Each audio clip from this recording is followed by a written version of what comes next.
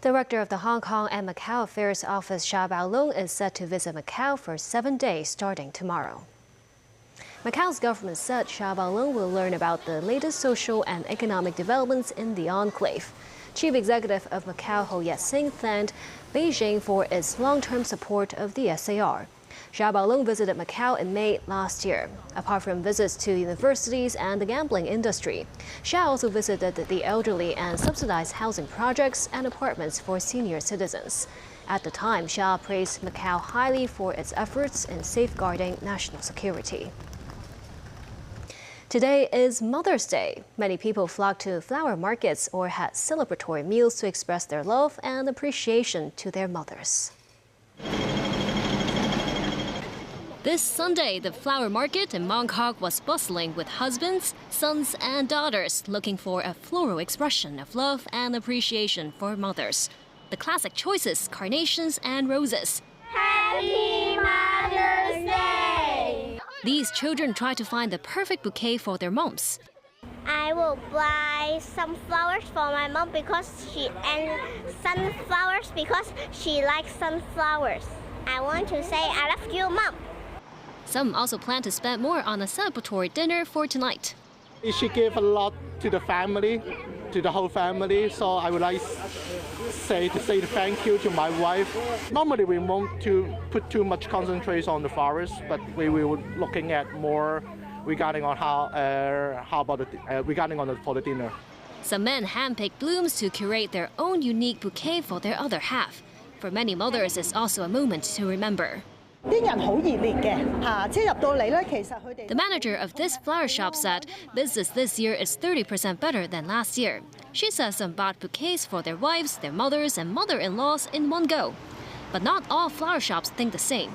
Some store owners also told us they're expecting their revenue this year to be lower by 10 to 20%, not just because of the economic situation, but also because people prefer to shop online these days. Another popular Mother's Day tradition in Hong Kong for many is treating moms to some scrumptious meals. Miss Yang here says she was lavish with lots of gifts from bouquets to great food, and she's so happy being able to see her grandchildren. The manager of this tea house said business is similar to previous years, but there's a notable drop in reservations for dinner. He said the restaurant expected a 50% reservation rate for the seats, but only 1/3 were booked. He said it's likely people have splurged much on the mainland or during the Easter holidays, and they might spend less today. But he hopes there could be a comeback in patrons to 80% of pre-pandemic levels around Father's Day in June. Chief Executive John Lee said he wished all mothers joy and happiness on Mother's Day. On his social media page, Lee posted a photo of himself and a colleague preparing flowers for his mother and his wife Janet Lam. Secretary for Housing Winnie Ho, meanwhile, was invited by DAB party to visit a tea house in Sha Tin. She was accompanied by Starry Lee. They handed out soap roses to mothers at the restaurant. Ho encouraged young women to have more children. Mothers who have given birth since October 25th are given priority in the allocation of government-subsidized flats.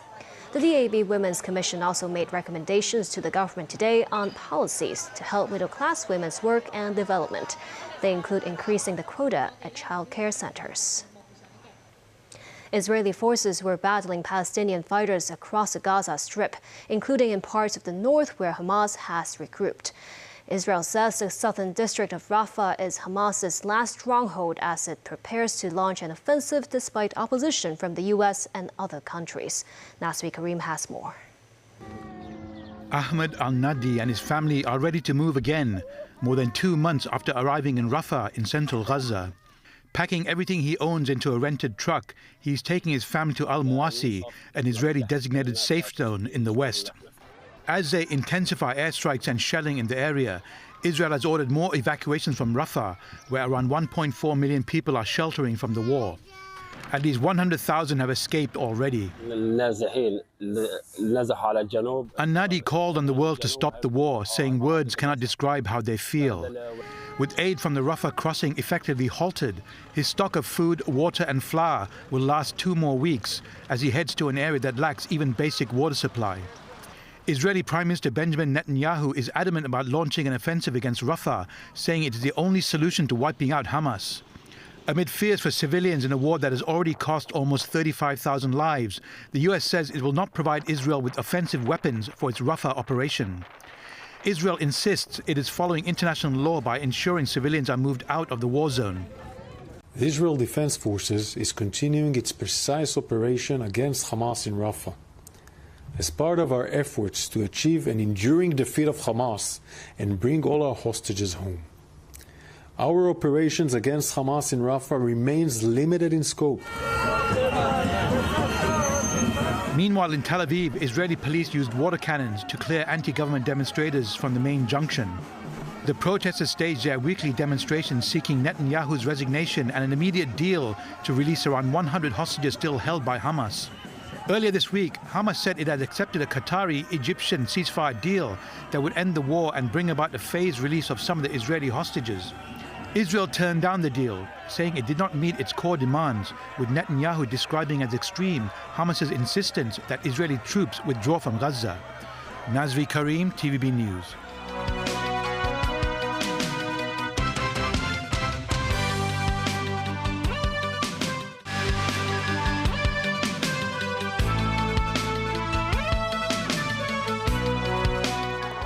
As Russia continues to pound Ukraine positions in the east and south, medics are being called to the front lines to treat the injured.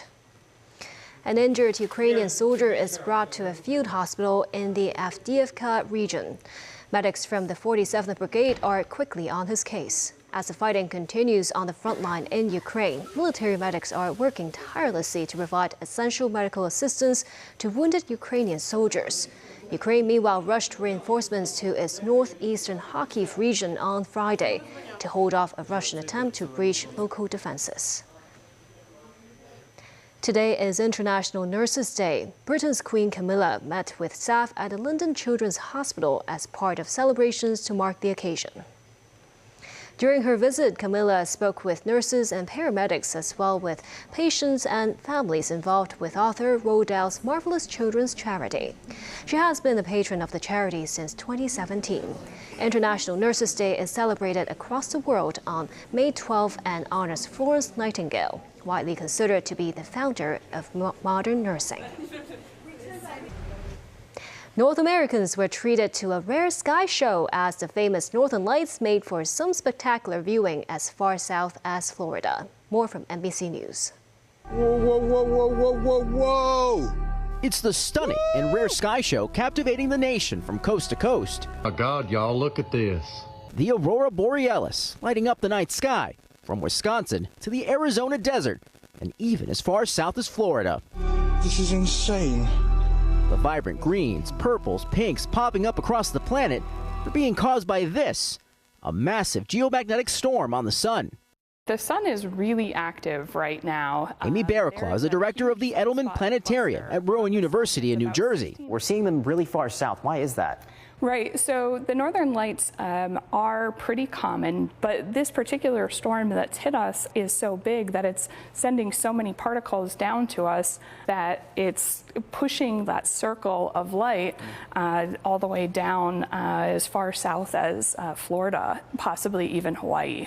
Amy taking us inside the planetarium to show us a photo of the sun taken today. You can see that huge one right there. That's the culprit. That's the culprit. That's what's causing that huge storm. That sunspot, 16 times the size of Earth, and could cause chaos across the globe, but hasn't yet. NOAA reports some minor power grid irregularities and impacts on high-frequency communications and GPS. Elon Musk saying his Starlink satellites are under a lot of pressure, but holding up. When we talk about interruptions, we're not talking like global shutdown of services, right?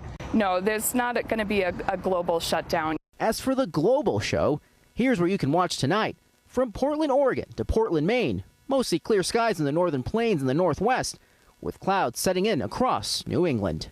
The night sky raising the curtain on a rare spring light show, well worth staying up for. Enthusiasts in Hong Kong and the mainland of the board game Go have established the Greater Bay Area Go Alliance. Zhuhai College hosted the inauguration ceremony of the new body on Go Exchange Day.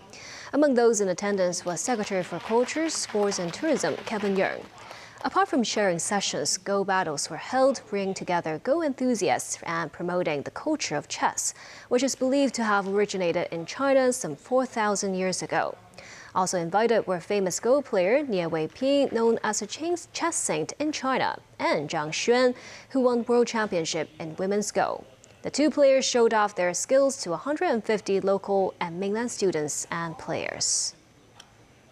A chemicals expert said individuals may face health risks if they overly reuse plastic containers. The comment came after the government banned in April of some single-use plastics. Mo Seng-ai reports.